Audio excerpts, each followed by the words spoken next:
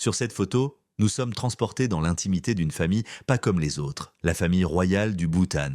Au centre de l'image, avec une aura de sagesse et de sérénité, se tient l'ancien roi Jigme Singye Wangchuk, une figure emblématique qui a marqué l'histoire contemporaine de son pays. À sa gauche, son fils, l'actuel roi, Jigme Khesar Namgyel Wangchuk, au regard bienveillant et au port majestueux. À sa droite, la gracieuse reine Jetsun Pema, dont la simplicité et le charme naturel ont conquis le cœur des Bhoutanais. Dans leurs bras, leur premier-né, le prince Jigme Namgyel Wangchuk, symbole de la continuité et de l'avenir de la dynastie Wangchuk. Ce qui frappe l'œil occidental dans cette scène, c'est le geste tendre de l'ancien roi posant son bras sur l'épaule de sa belle-fille. Dans d'autres cultures, ce geste pourrait être perçu comme trop familier, voire déplacé. Pourtant, au Bhoutan, c'est une marque d'affection, un symbole de la proximité familiale et du respect mutuel. Ici, les relations entre les membres de la famille royale sont empreintes d'une simplicité désarmante qui reflète les valeurs profondes de leur peuple, respect, amour et humilité. Nichée entre les puissants géants que sont l'Inde et la Chine, cette petite nation montagnarde, surnommée le pays du bonheur, est un véritable trésor de sérénité et de beauté naturelle. Le Bhoutan se distingue par ses paysages à couper le souffle faits de vallées verdoyantes, de montagnes enneigées et de forêts luxuriantes. Plus de 70% du territoire est couvert de forêts, offrant à ses habitants un air pur et une connexion privilégiée avec la nature. Au-delà de ces paysages, c'est la culture bhoutanaise, profondément influencée par le bouddhisme Vajrayana, qui fascine. La spiritualité imprègne chaque aspect de la vie quotidienne, des cérémonies religieuses aux gestes les plus simples de la vie courante. Les Bhoutanais portent encore fièrement leurs vêtements traditionnels. Le légocian pour les hommes, une robe drapée élégamment attachée à la taille, et le zekirabyo pour les femmes, un long tissu enveloppant qui symbolise leur héritage culturel. Le Bhoutan est une monarchie depuis 1907, année où le roi Ugyen Wangchuk, fondateur de la dynastie des rois dragons, a unifié le pays sous son règne. Depuis, 5 rois se sont succédés, apportant chacun leur pierre à l'édifice de cette nation unique. Le roi actuel, Jigme Khesar Namgyel Wangchuk, est monté sur le trône en 2006 avec la reine Jetsun Pema.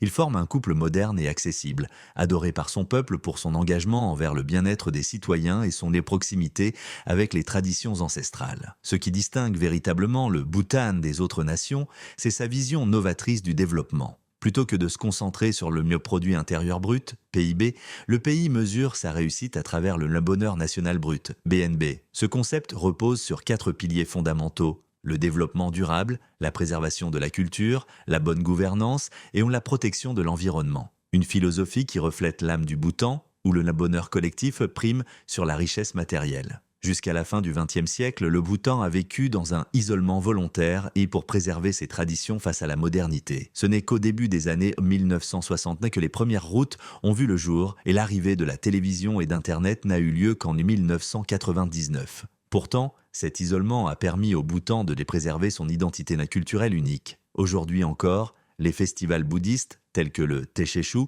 sont célébrés avec ferveur, rassemblant des communautés entières autour de danses sacrées et de chants traditionnels. Le roi Jigme Khesar Namgyel Wangchuk et la reine Jetsun Pema incarnent cette transition entre un héritage ancestral et une modernité assumée. Leur relation, empreinte de respect et d'amour, symbolise l'avenir d'un Bhoutan qui, tout en restant attaché à ses racines, s'ouvre progressivement au reste du monde. Sur la scène internationale, ils représentent fièrement leur pays, participant à des événements mondiaux et partageant la vision d'un Bhoutan où l'harmonie sociale et l'épanouissement spirituel reste prioritaire. Bien que le Bhoutan d'aujourd'hui ait adopté la norme du mariage monogame, en particulier au sein de la famille royale, cette évolution est relativement récente.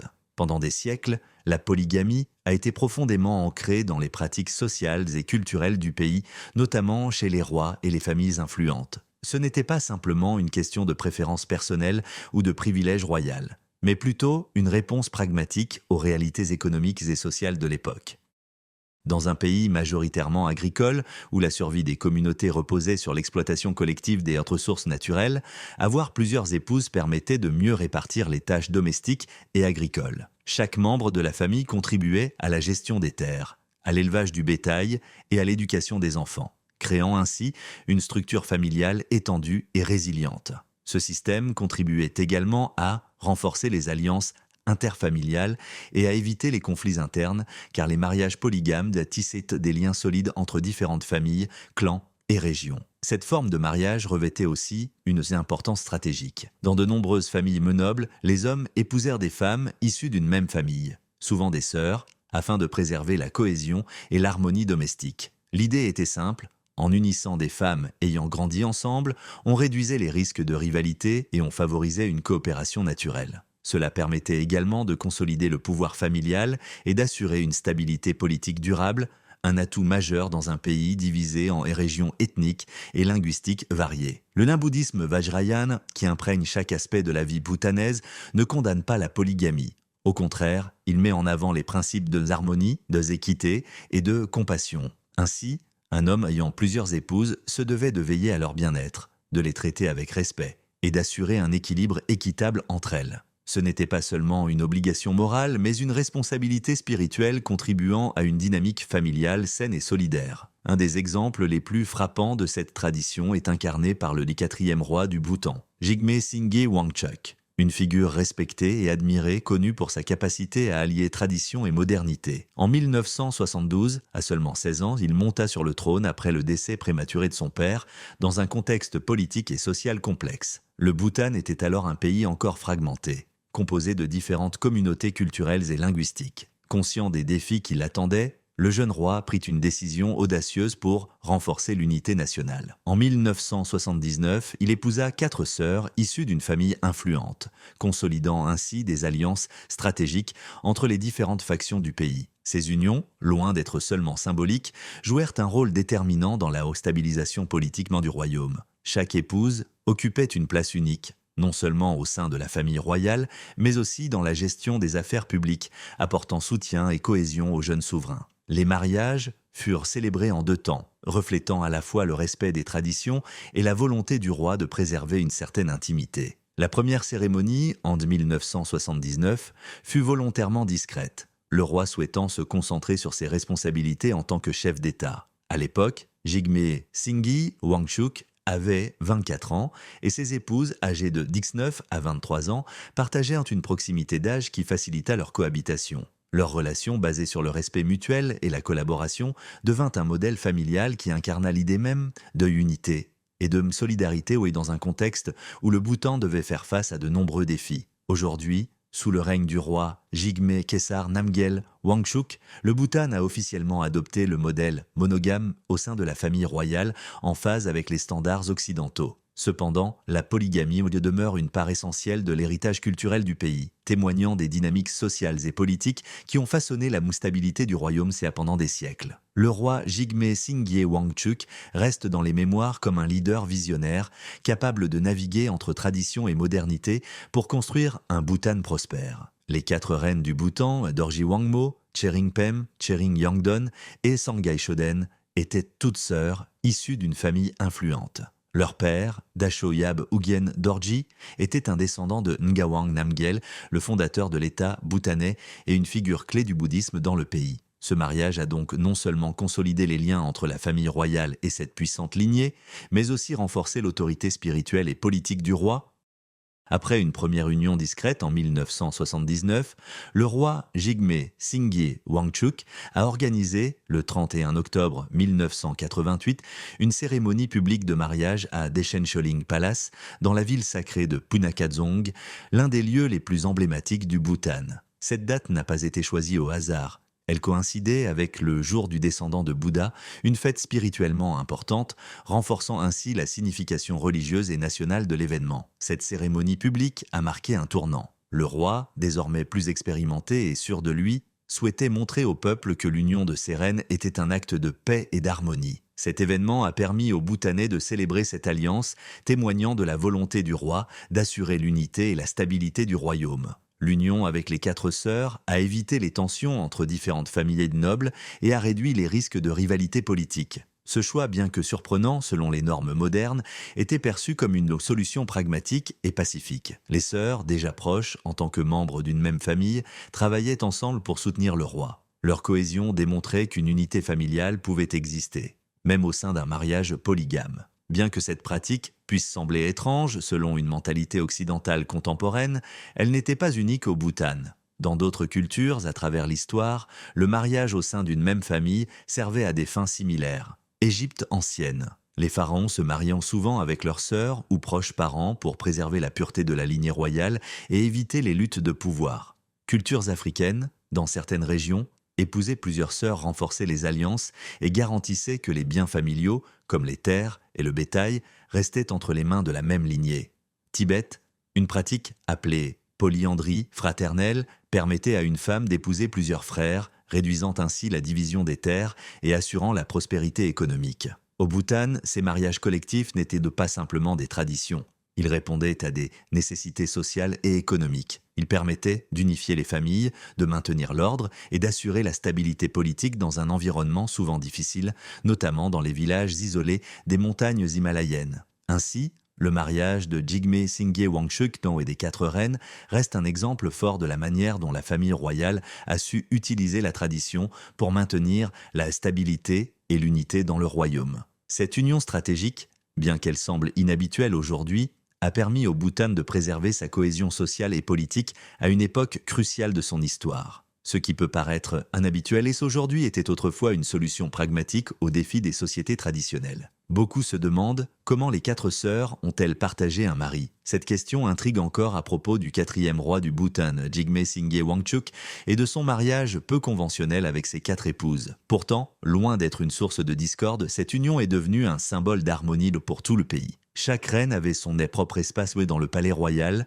assurant ainsi une certaine autonomie tout en vivant ensemble sous le même toit. Chacune disposait de chambres privées, offrant un équilibre entre intimité et vie commune. Le roi veillait à accorder du temps équitable à chaque épouse, évitant ainsi tout sentiment d'exclusion. Si les détails de leur vie privée restent confidentiels, il est clair que l'organisation de la famille royale reposait sur des principes d'équité et de respect mutuels permettant à cette structure inhabituelle de fonctionner comme une véritable équipe. De cette union sont nés 10 enfants, 5 fils et 5 filles. Chaque reine a eu au moins 2 enfants, et tous ont grandi ensemble dans un esprit de fraternité. Peu importait qui était leur mère biologique, on leur enseignait à se respecter et à s'aimer comme une seule et même famille. Ce lien familial forme a contribué à maintenir la cohésion de la maison royale et à renforcer l'exemplarité de la monarchie aux yeux du peuple. En public, le roi et ses 4 épouses apparaissaient souvent ensemble lors de cérémonies et de festivals, affichant une unité indéfectible.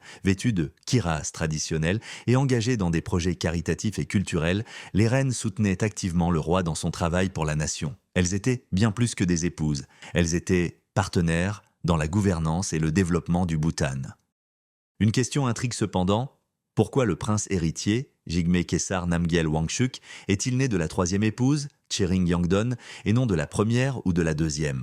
Au Bhoutan, l'ordre de succession ne dépend pas du rang de la mère, mais de l'ordre de naissance des enfants. Ainsi, le fils aîné du roi devient automatiquement l'héritier, quel que soit le statut de sa mère. Le 21 février 1980, lorsque la reine Tshering Yangdon donne naissance au premier fils du roi, son enfant devient l'héritier naturel du trône. La famille royale du Bhoutan a toujours accordé une importance primordiale à l'unité et à l'égalité. Aucune des reines n'avait un statut supérieur aux autres, et la gestion de la famille royale était pensée pour éviter les rivalités hiérarchiques. Cette approche reflète les valeurs fondamentales du Bhoutan.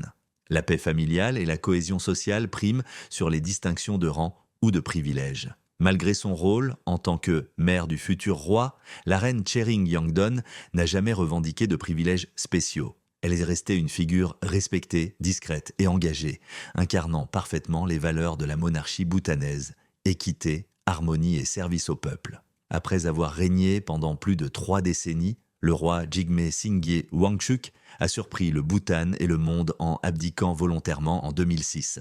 Il a transmis le trône à son fils aîné, Jigme Késar Namgyel Wangchuk, marquant ainsi le début d'une nouvelle ère pour le royaume. Cette décision, loin d'être un retrait définitif, était motivée par son souhait de préparer le Bhoutan à un avenir moderne. Le roi-père estimait qu'il était temps qu'une nouvelle génération prenne les rênes du pays pour poursuivre le chemin de la modernisation tout en préservant le héritage culturel.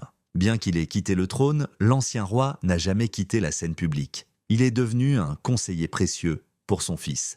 partageant son expérience et sa sagesse dans la gestion du royaume. Toujours respecté et admiré par le peuple, il a continué à se consacrer à des causes sociales et culturelles. Dans sa vie privée, il a profité de son retrait pour passer plus de temps avec ses enfants et petits-enfants, tout en entretenant des relations d'aide fortes et harmonieuses avec ses 4 reines. Ces dernières sont restées actives dans des projets caritatifs, éducatifs et culturels, jouant un rôle essentiel dans la préservation des traditions tout en soutenant les efforts de modernisation du Bhoutan. L'actuel roi, Jigme Khesar Namgyel Wangchuk, a pris une décision audacieuse en rompant avec la tradition séculaire de la polygamie, pratiquée par ses prédécesseurs. Contrairement à la coutume qui voyait souvent les rois épouser plusieurs femmes, parfois des sœurs, il a choisi d'épouser une seule femme, la reine Jetsun Pema, par les amours profonds et convictions personnelles. Leur union est devenue un symbole puissant de la modernisation du Bhoutan. Le roi Jigme Khesar a montré à travers ses gestes et ses paroles que son amour et son respect pour la reine Jetsun Pema suffisent à combler sa vie. Cette décision n'est pas simplement une question de sentiment personnel, elle reflète aussi le rôle évolutif du Bhoutan sur la scène mondiale. En choisissant de n'avoir qu'une seule épouse, il montre que le Bhoutan s'ouvre à de nouvelles visions d'un mariage et de la famille, tout en restant fidèle à ses valeurs fondamentales. Le couple royal incarne aujourd'hui l'image moderne du Bhoutan. Lors d'événements internationaux et de rassemblements royaux, ils représentent leur pays avec dignité et élégance, montrant au monde que le Bhoutan, bien que profondément enraciné dans ses traditions, est prêt à embrasser la modernité. Leur relation harmonieuse est admirée tant à l'intérieur qu'à l'extérieur du Bhoutan.